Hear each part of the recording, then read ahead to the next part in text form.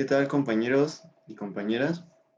Vamos a hablarles de los pueblos y humanos del territorio nacional. Algunos aspectos generales de estos pueblos comprenden, por ejemplo, que forman parte de una misma familia etnolingüística, la cual está formada de 12 pueblos. 5 de ellos están asentados en el norte de Baja California, México. Ellos son Cucapá, Quiligua, Paypay, Cumiay, Tipay.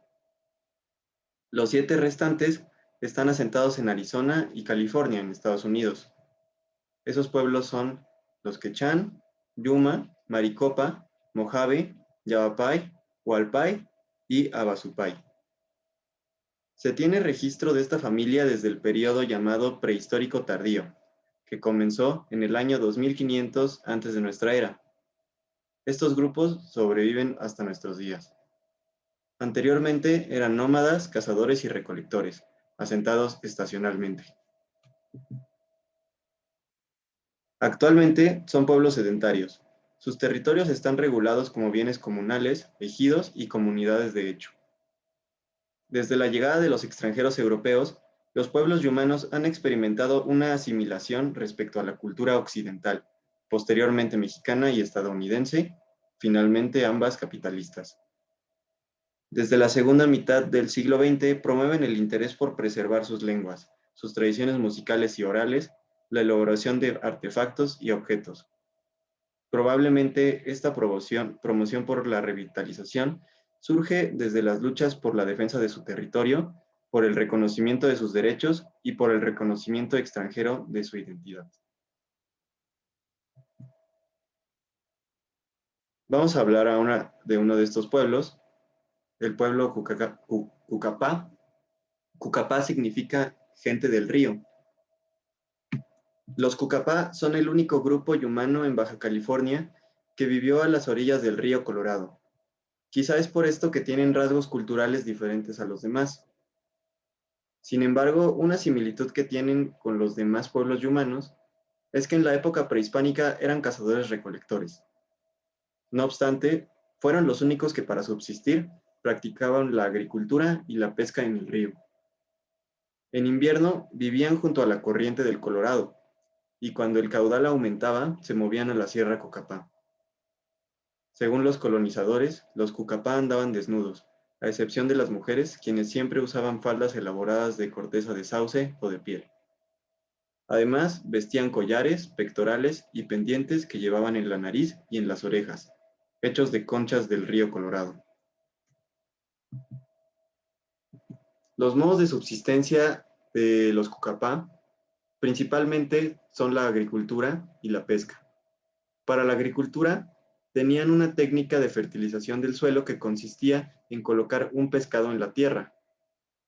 De esta manera, después podían cosechar maíz, ejote, calabaza, trigo y frijol, y después de la llegada de los españoles, melón y sandía. En cuanto a la pesca, la practicaban en el Golfo de California, en el lago Cahuila y en el río Colorado. Cuando el lago Cahuila se secó, los Cucapás empezaron a pescar en la Laguna Salada, que se encuentra al oeste de Mexicali. En esta laguna, y en general, pescan gran diversidad de especies, entre ellas la mojarra, el bagre, el charal y principalmente las corvinas y las totoabas. La cosmovisión de los Cucapá es bastante particular. Si bien comparten con otros pueblos yumanos la dualidad de entidades creadoras, son los únicos que tienen una entidad creadora que son hermanos. Estos hermanos se llaman Zipa y Comat. Ellos vivían en el fondo del océano, en un mundo donde solo existía el mar, pero no la tierra. Un día decidieron salir. Primero salió Zipa.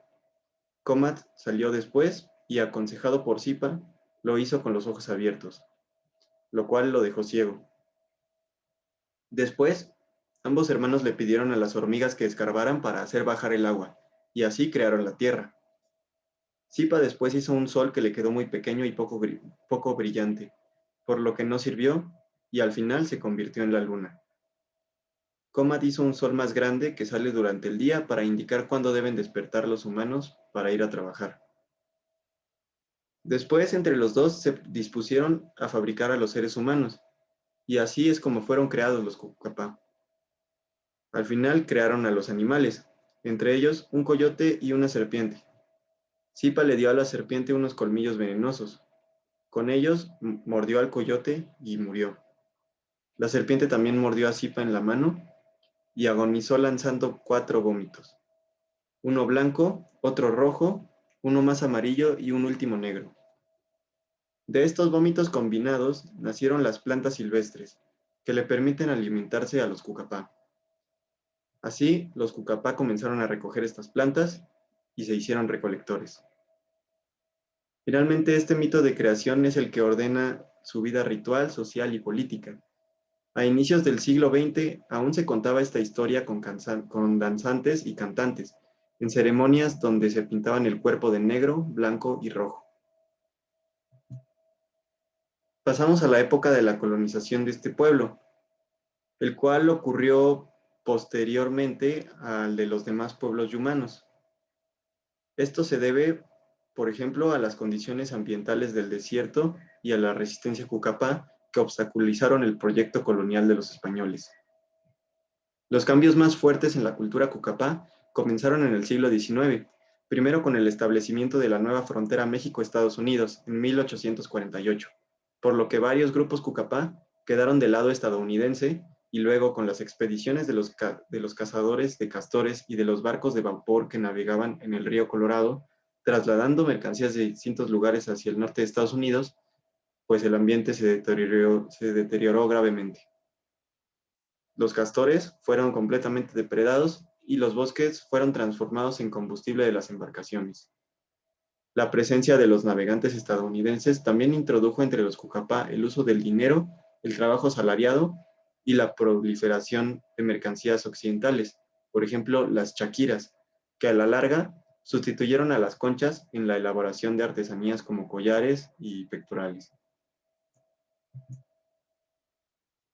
Este deterioro ambiental continuó durante el siglo XX.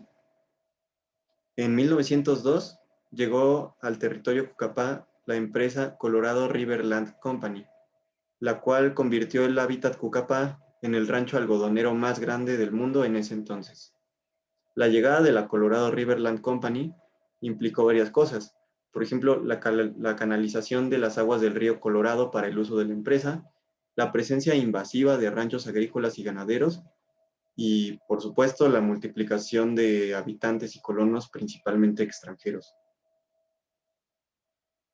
Esto provocó una gran alteración del ecosistema ribereño, lo que llevó a una parte de los Cucapá a abandonar su territorio ancestral y a adoptar definitivamente la economía mercantil. Con la extinción de diferentes especies de flora y fauna que eran básicas para su subsistencia, este pueblo tuvo que incursionar en el trabajo asalariado, por ejemplo, cortando leña, guiando embarcaciones por el río, asistiendo a los cazadores de nutrias o a los pescadores no indígenas.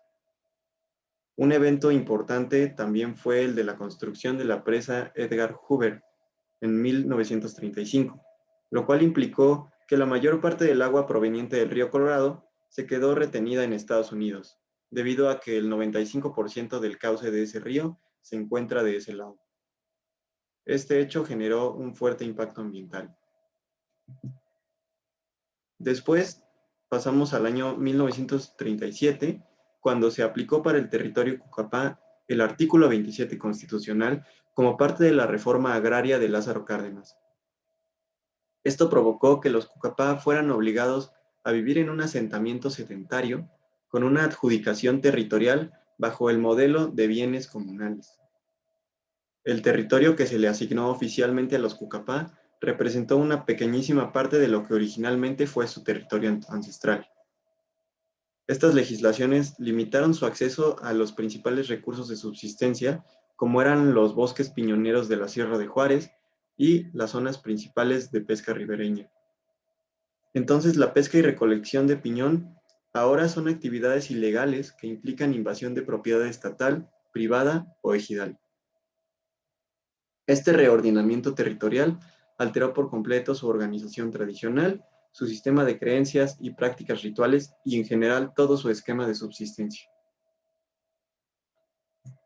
Al tener que abandonar la pesca en el río Colorado, esta comunidad se dispuso a realizar la práctica de la pesca en Laguna Salada. La Laguna Salada recibió unas legislaciones muy particulares, las cuales decían que el grupo Cucapá puede hacer usufructo exclusivo de esta laguna, pero solo en temporadas de sequía, porque cuando la laguna se llenaba del agua del río Colorado, esta pasaba a ser de la nación.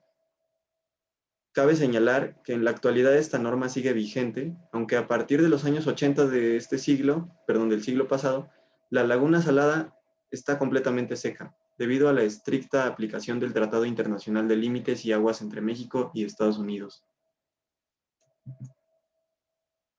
En la actualidad, el principal asentamiento Cucapá en Baja California es el Mayor.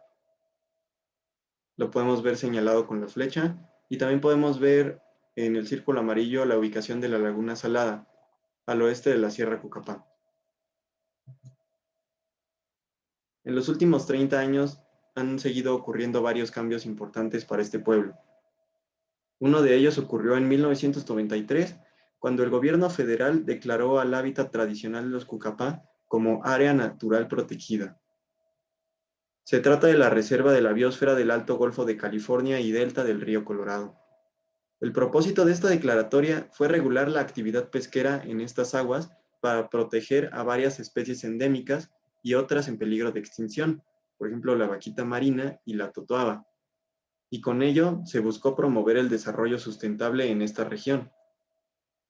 Sin embargo, el efecto de esta legislación se tradujo en una radical prohibición de toda la actividad pesquera, incluida la de aquellos pescadores que empleaban técnicas de pesca de bajo impacto y artesanales, como las técnicas que usan los Cucapá. Las autoridades, a veces incluso usando armas, les prohíben pescar en sus aguas ancestrales. Esta declaratoria fue un golpe más a la pesca tradicional, a la caza, a la recolección de fauna y flora ribereña y a la agricultura de temporal que hacían a las orillas del río Colorado. Los mencionados son solo algunos de los muchos conflictos territoriales que el pueblo Cucapá ha enfrentado, en los que han luchado por restituir sus tierras originales. Todo lo que ha ocurrido ha impulsado a estos indígenas a emigrar a Estados Unidos o a otros ejidos o colonias dentro del Valle de Mexicali. Muchos de los Cucapás que han emigrado a Mexicali trabajan en las maquiladoras. Los que han permanecido en su comunidad o en asentamientos cercanos a ella se dedican principalmente a la pesca. El Zanjón es una de sus principales zonas pesqueras, la cual ha sido invadida por pescadores de Sonora y Sinaloa, con los que ahora comparten el mar. Los Cucapá de esta manera tienen que competir con miles de botes y lanchas pesqueras, lo cual representa un negocio que apenas es rentable para ellos. Algunas de sus técnicas de pesca consisten en perseguir gaviotas, pues estas también son pescadoras y vuelan en zonas con alta densidad de peces. Otra técnica que usan es quedarse en silencio y estar atentos a los sonidos que hacen las curvinas en el mar. Los hombres también han incursionado como albañiles y ayudantes de albañil y dan mantenimiento a las casas de los estadounidenses que se encuentran cerca del río Hardy. Las mujeres jóvenes hacen labores domésticas en las casas de descanso de los gringos que están cerca del río, pero también muchas mujeres de distintas edades trabajan la chaquira, la cual es una tradición que ha distinguido a los Cucapá y que continúa materializándose en la elaboración de collares, pulseras y pendientes de pequeñas conchas. Estas artesanías se venden en el Museo Comunitario de El Mayor o en eventos y ferias regionales.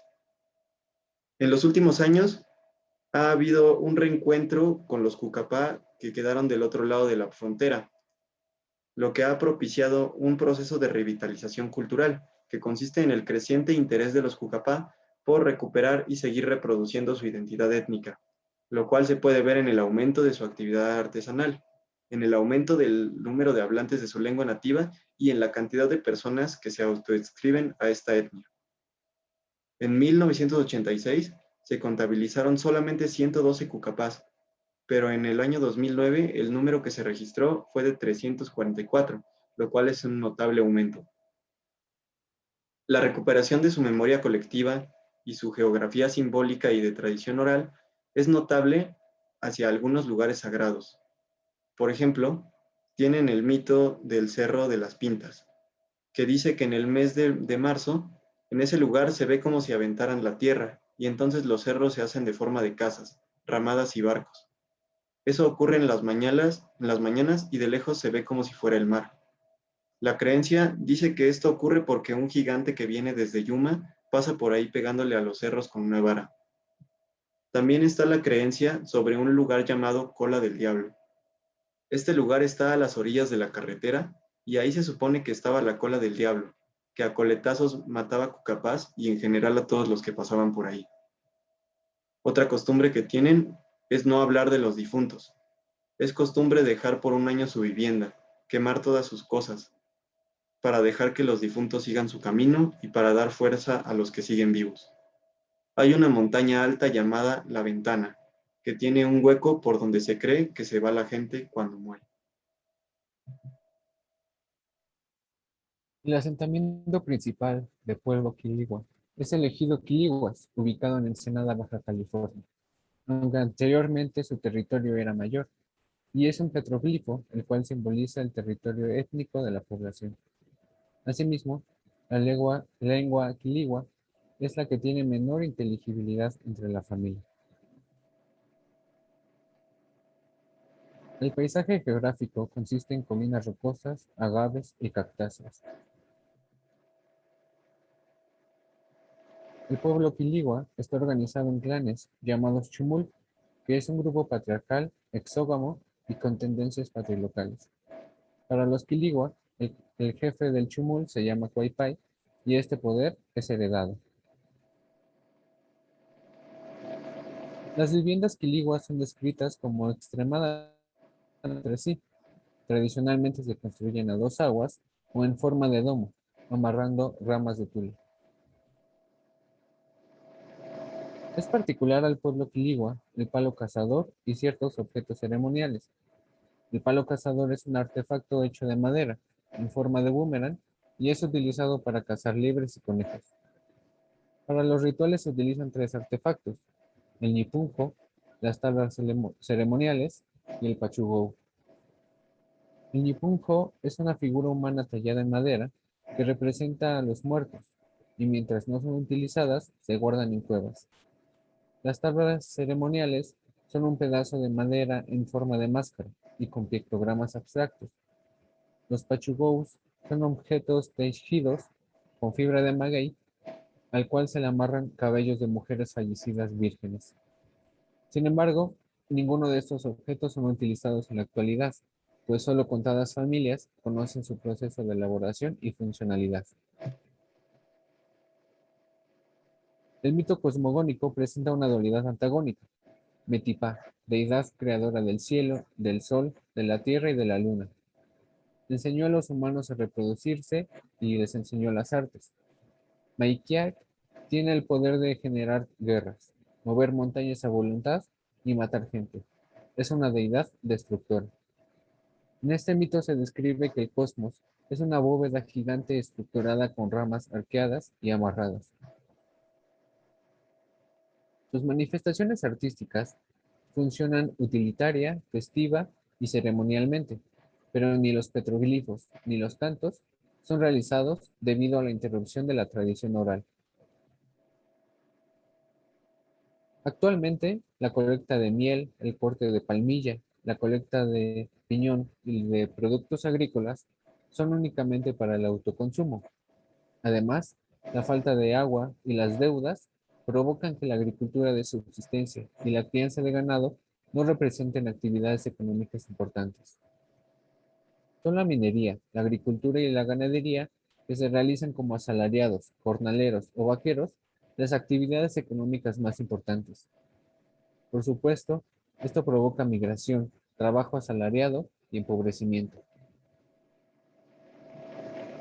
En 2015, reportaron 33 personas quiligua, lo cual podría deberse a la presunta esterilidad provocada por la palmilla o bien al etnosuicidio ante la falta de oportunidades. Asimismo, posiblemente las personas quiligua ya no se identifican como tal. En la actualidad, la tierra parece ser comerciable. Además, persiste el sentimiento de abandono y desolación, pues aseguran su próxima extinción, lo cual tiene fundamentos mitológicos. Sin embargo, actualmente muchos grupos experimentan un proceso de reintegración y visibilidad, pues los migrantes y las tradiciones han regresado parcialmente.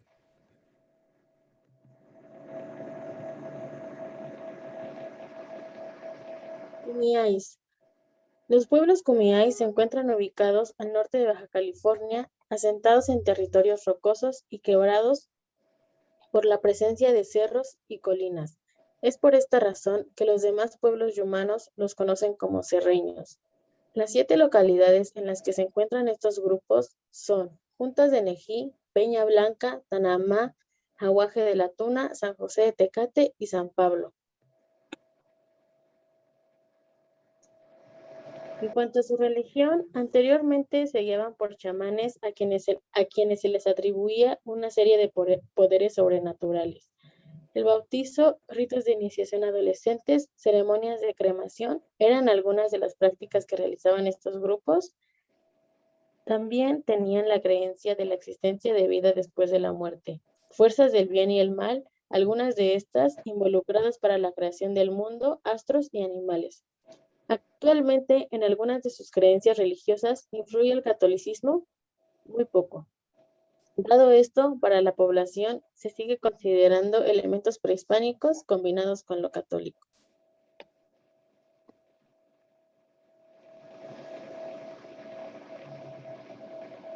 Gastronomía. La gran parte de los alimentos que este grupo utiliza para la preparación de sus platillos está basada en semillas como piñón, bellotas, tunas, mezquite, mezcal asado, maíz silvestre y la yuca. El atole de bellota es una bebida que se consume comúnmente entre estos pueblos yumanos.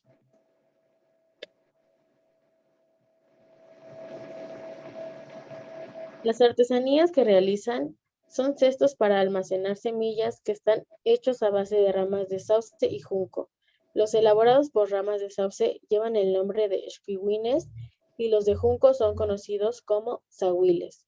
Estos cestos se decoran con puntos negros o cafés y el pigmento se obtiene a partir de la raíz de junco o mezclando lodo y cenizas. Sus actividades económicas. Dentro de estas actividades económicas se encuentra lo que es el cultivo de trigo, cítricos, olivos y uvas. La recolección de bellotas, piñón y encino también forma parte de esta actividad, aparte de comerciar leña y sus artesanías. También cuentan con profesionistas que trabajan dentro y fuera de sus comunidades y actualmente algunas partes de la población han emigrado hacia los Estados Unidos o ranchos circunvecinos. Finalmente, en su organización social, los kumiais se organizaban por linajes patriarcales. Estos se integraban a partir de un ancestro de la línea paterna, los cuales compartían lugar de origen y ancestros míticos. También estaban organizados por grupos nómadas dedicados a la caza y a la recolección. Y actualmente estos grupos guían sus relaciones de parentesco por medio de sus apellidos y lugares de residencia. Vamos a hablar de los Paipai. Viven en el norte de Baja California. Su territorio tradicional se ubica entre el de los Quiligua al sur y entre el de los Kumai y Cucapá al norte, y se extiende de San Vicente, cerca de la costa del Pacífico, casi hasta el delta del río Colorado, al este. Hoy en día se concentran principalmente en la comunidad multiétnica de Santa Catarina en la Sierra de Juárez, Baja California. El primer encuentro de los Paipai con los europeos ocurrió en 1602, cuando Sebastián de Vizcaíno trazó su expedición a la costa noroeste de Baja California. En 1769 empezó a haber contactos más intensos y sostenidos cuando la expedición para establecer asentamientos españoles en California, dirigida por Gaspar de Portola y Junípero Serra, pasó por la parte occidental. La misión dominicana de San Vicente se fundó cerca de la costa en territorio Paypay en 1780. Se volvió un centro clave para la administración española y el control militar de la región. En 1797, San Vicente se complementó con una misión interior en Santa Catarina, cerca de la frontera entre los territorios Paypay y Cumiay. La misión de Santa Catarina fue destruida en 1840 por fuerzas hostiles, que aparentemente incluían a los Paypay. Respecto a su población, algunos estudios muestran que quedan menos de 200 hablantes de la lengua, ya que las nuevas generaciones no consideran necesario aprenderla.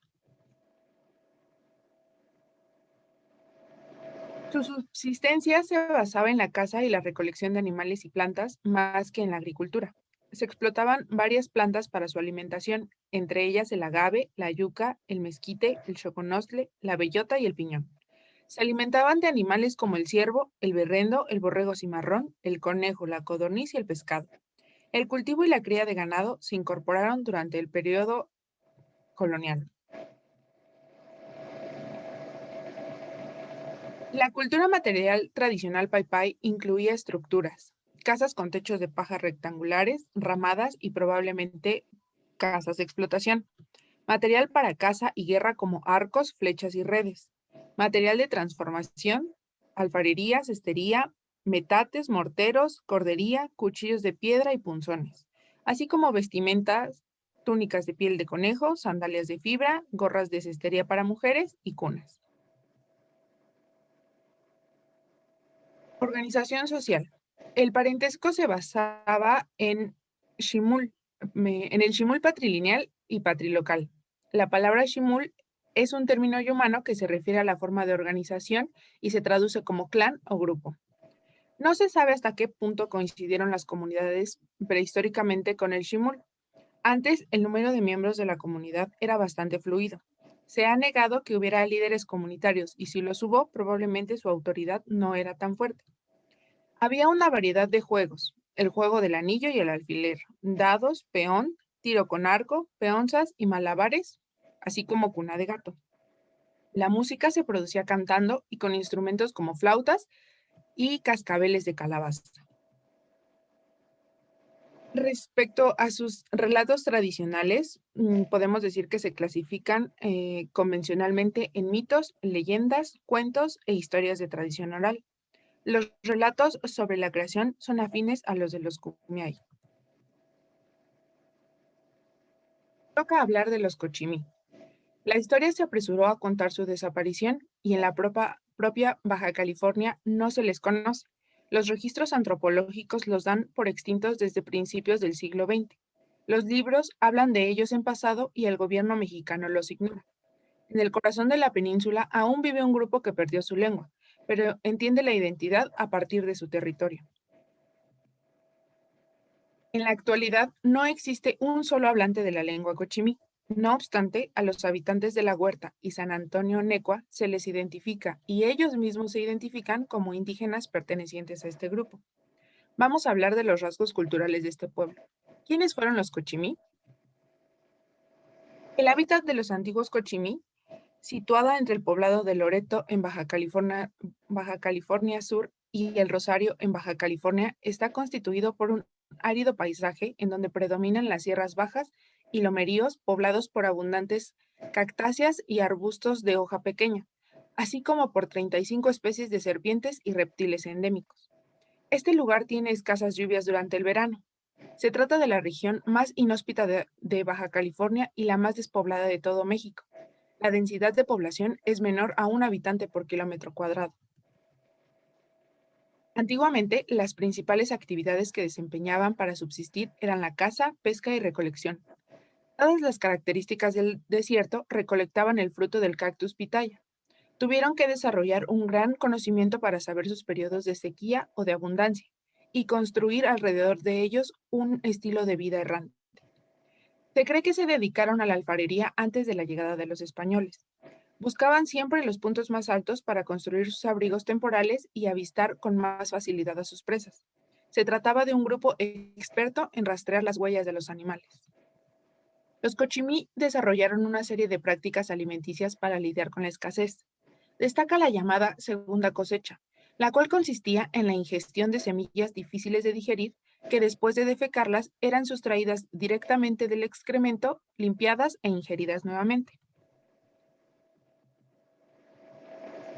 Respecto a su religión, creían en un mito fundacional.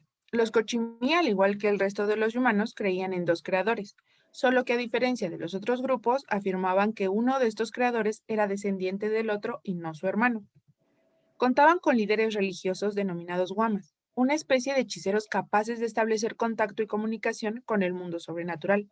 El guama, además de ser guía del grupo y curandero, adquiría el rol de relator de sucesos, mitos y profecías, y era quien congregaba a los niños para educarlos. Existían sitios sagrados para la celebración de ritos de iniciación. Estos eran las cuevas adornadas con un arte rupestre monumental, con figuras antropomórficas y zoomórficas, de tamaño natural, que si bien eran empleadas por los cochimí para sus ceremonias, su elaboración se adjudica a un grupo que habitó ese territorio con anterioridad.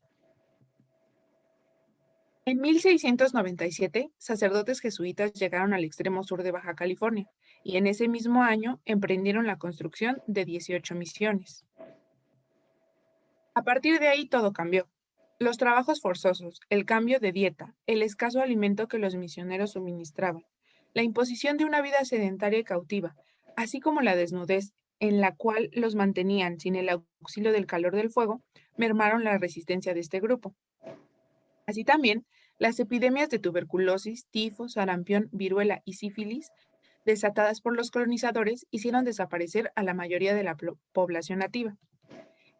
En 1767, momento en que fue expulsada la orden jesuita, quedaban solamente 7.149 de los 40.000 indígenas que había a su llegada. Cuando los misioneros dominicanos arribaron a Baja California, los antiguos habitantes del desierto central estaban prácticamente extintos. A partir de este punto es importante hablar de quiénes son los cochimí. Después del periodo misional, los descendientes de los cochimí adoptaron la cultura del vaquero. Hacia finales del siglo XIX y a lo largo del XX, se vieron repentinamente incorporados a la economía de mercado a través del trabajo asalariado en la minería, la agricultura y sobre todo la ganadería. En este proceso establecieron contacto permanente con los propietarios de ganado vacuno y lanar de origen europeo o estadounidense. De ellos adoptaron los elementos más visibles de su forma de vestir, como son las botas vaqueras y las teguas que evocan el antiguo calzado español. En 1953, en Guerrero Negro, Baja California Sur, se construyó una de las salineras más grandes de todo el mundo. Poco a poco, las comunidades de la sierra fueron abandonadas y todos los pobladores se fueron a trabajar a Guerrero Negro. Se conformó una ciudad alrededor de esta empresa público-privada. Pero a raíz de la reforma agraria de 1992, algunos ejidatarios comenzaron a vender los terrenos y a través de engaños despojaron a otros de sus derechos agrarios. La situación se desató en 2006, una batalla legal que a la fecha se mantiene. Las fiestas patronales son una costumbre heredada de los jesuitas. Tienen como objeto festejar a los santos protectores de las misiones de San Borja y Santa Gertrudis, el 3 de octubre y el 16 de noviembre respectivamente. A ellas acuden puntualmente todos los originarios de este lugar. Incluso vienen quienes se encuentran viviendo en los Estados Unidos. Estas fiestas dan inicio anticipadamente con el campeo, que es una actividad que consiste en rastrear a lo largo de las sierras y por varios días al ganado que fue soltado meses atrás con el propósito de que se reproduzca y alimente con bajos costos para sus propietarios.